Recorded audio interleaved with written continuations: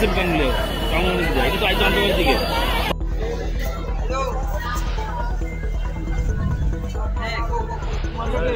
এটা হচ্ছে ঐতিহ্যপূর্ণ রথ যেটা এই 2023 সালের মধ্যে সবচেয়ে বড় রথ বলতে হবে কুমারঘাটে নির্মাণ করা হয়েছে প্রত্যেকের সহযোগিতা।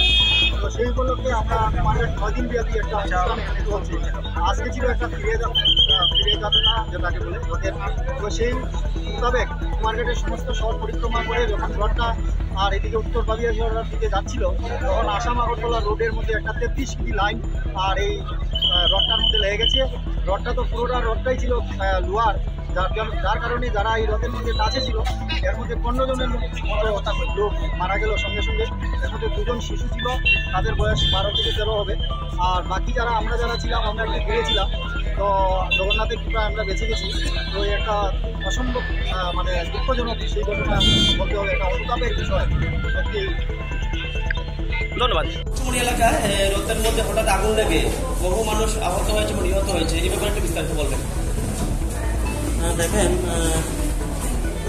প্রায় 5টার দিকে জাস্ট ওই ইমার্জেন্সি প্রথম 2 জন নিয়ে আসছিল ইলেকট্রিক বার্ন পেশেন্ট আপার ডেমডোয়ালে প্রথম বার্নিং নিয়ে আসছিল। আমি ভাবছিলাম ছোটোখাটো মেশন না, তারপরে এটি ম্যানেজ করতে করতে হঠাৎ করে সাডেনলি অনেকজন মানে প্রায় 10-12 জনের মতো আনছে।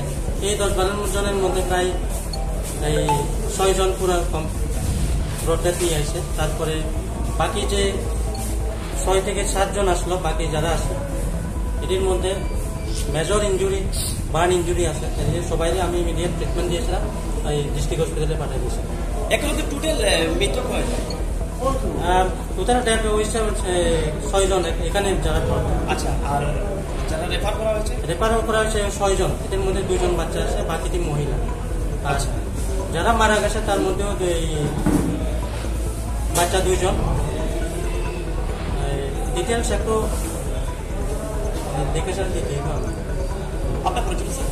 আমার নাম সঞ্জিত চাকমা, এখানে মেডিকেল অফিসার, কুমারঘাট মহকুমা। ধন্যবাদ।